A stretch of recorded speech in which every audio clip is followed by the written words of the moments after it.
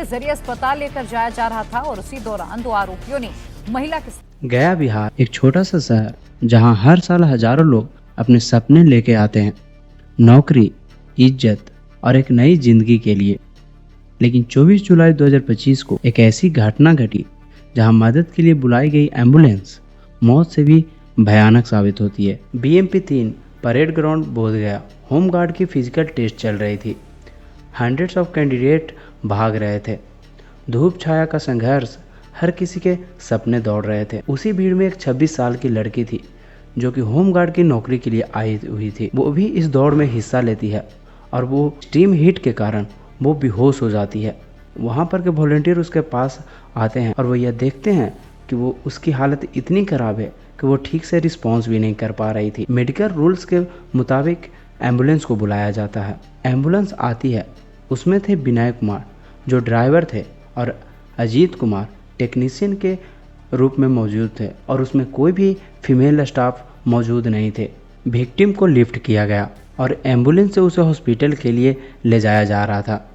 Ambulance का root directly 3 kilometre था hospital से, लेकिन एम्बुलेंस को डाइवर्ट किया गया, उसे घुमाकर कहीं अननेसेसरी डिले किया गया था। वहाँ पे लड़की फील करती है कि उसके साथ कुछ गलत हो रहा है, बट वो उस हालत में नहीं थी कि वो कुछ रिस्पॉन्स कर पाती। एम्बुलेंस के अंदर किसी हॉरर मूवी जैसे सीन थे। विक्टिम की बेहोशी का फ़ायदा उठाकर दोनों एम्बुलेंस स्टाफ ने मिल के उसके साथ बहुत ही घिनौना काम करते हैं। एक तरफ मेडिकल यूनिफॉर्म, दूसरी तरफ हवस का रूप। लड़की इस हालत में भी नहीं थी कि वो चिल्ला पाती, लेकिन वो थोड़ा होश में आ चुकी थी, लेकिन उसका शरीर अब भी उसका साथ नहीं दे पा रही थी।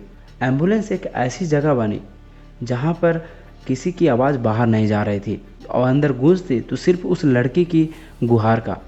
वो लड़की बार बार उसे गुहार लगाती रही, मुझे छोड़ दो, लेकिन वो इतना भी नहीं बोल पा रही थी कि एम्बुलेंस से बाहर तक आवाज़ जा पाती। क्या कोई व्यक्ति इतना सक्षम हो सकता है कि उसकी आवाज़ कहीं दूर तक जाए? और इसी चीज़ का फ़ायदा उठाकर दोनों एम्बुलेंस स्टाफ ने उसके साथ इतना घिनौना काम किया कि आप सोच भी नहीं सकते।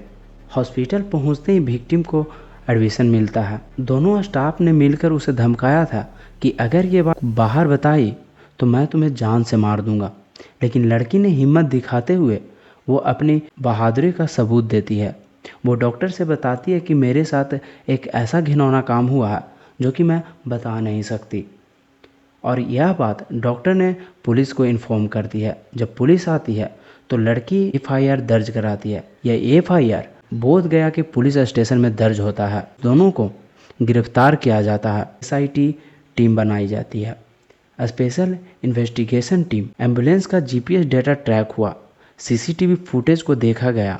इन सब से यह पता चलता है एम्बुलेंस ने रूट बदला और अननेसेसरी डिले करते हैं। वो ये भी बताते हैं उन दोनों दोषियों को दोषी करार दिया जाता है, लेकिन केस यहाँ नहीं ख़त्म होती है। वो दोनों दोषियों ने मिलकर ऊपर तक गुहार लगाती है, जिसे इस केस पर और भी डिटेल इन्वेस्टिगेशन की मांग की जाती है। पूरे बिहार में गुस्सा का माहौल था। लोग बहुत ही आक्रोश में थे कि क्या एक सिस्टम फेल्यूर है। पूरे बिहार में गुस्सा फट गया। लोग बोलने लगे एम्बुलेंस में भी अब सेफ नहीं है, तो जाएं कहाँ। पॉलिटिशियन, एक्टिविस्ट सभी ने स्टेट गवर्नमेंट पे सवाल उठाए। क्या प्रोटोकॉल नहीं था फीमेल अटेंडेंट का? क्या कोई मॉनिटर नहीं करता ये इमरजेंसी सर्विसेज? वो लड़की हॉस्पिटल के बेड पे से ही अपना बयान देती है, मैं सिर्फ अपना सपना पूरा करने आई थी, पर मेरी ज़िंदगी उसी रात टूट गई। मैं जिस्म से नहीं अपने सपनों से बेहोश की गई हूँ। लेकिन उसने हिम्मत नहीं छोड़ी। उसके आवाज़ ने पूरे सिस्टम को अंदर से हिला के रख दिया था, और साथ ही साथ कहीं ना कहीं पूरा गया जिला भी इसे सदमे में था। इन्वेस्टिगेशन अभी भी चल रही है। फास्ट ट्रैक कोर्ट में केस जाने की तैयारी हो रही है। पुलिस ने कहा हम किसी भी गिल्टी को नहीं छोड़ेंगे, चाहे वो एम्बुलेंस ड्राइवर हो या कोई भी सिस्टम का पार्ट हो। लेकिन सवाल अभी भी जिंदा है, सर्विसेज अब भी सेफ है? क्या इससे पहले भी ऐसा घिनौना काम किसी और के साथ भी हो चुका है, या क्या यह पहला बार था? आपको क्या लगता है इस केस में? क्या यह पहली बार किसी ने ऐसा किया हो, या वही दोनों हैवान, यह हैवानियत कई और लोगों के साथ भी कर चुके हैं? आपका क्या राय है इस केस पे? अपना राय कमेंट बॉक्स में ज़रूर दें। मिलते हैं कि ऐसे ही कहानी के साथ अगले वीडियो में। धन्यवाद।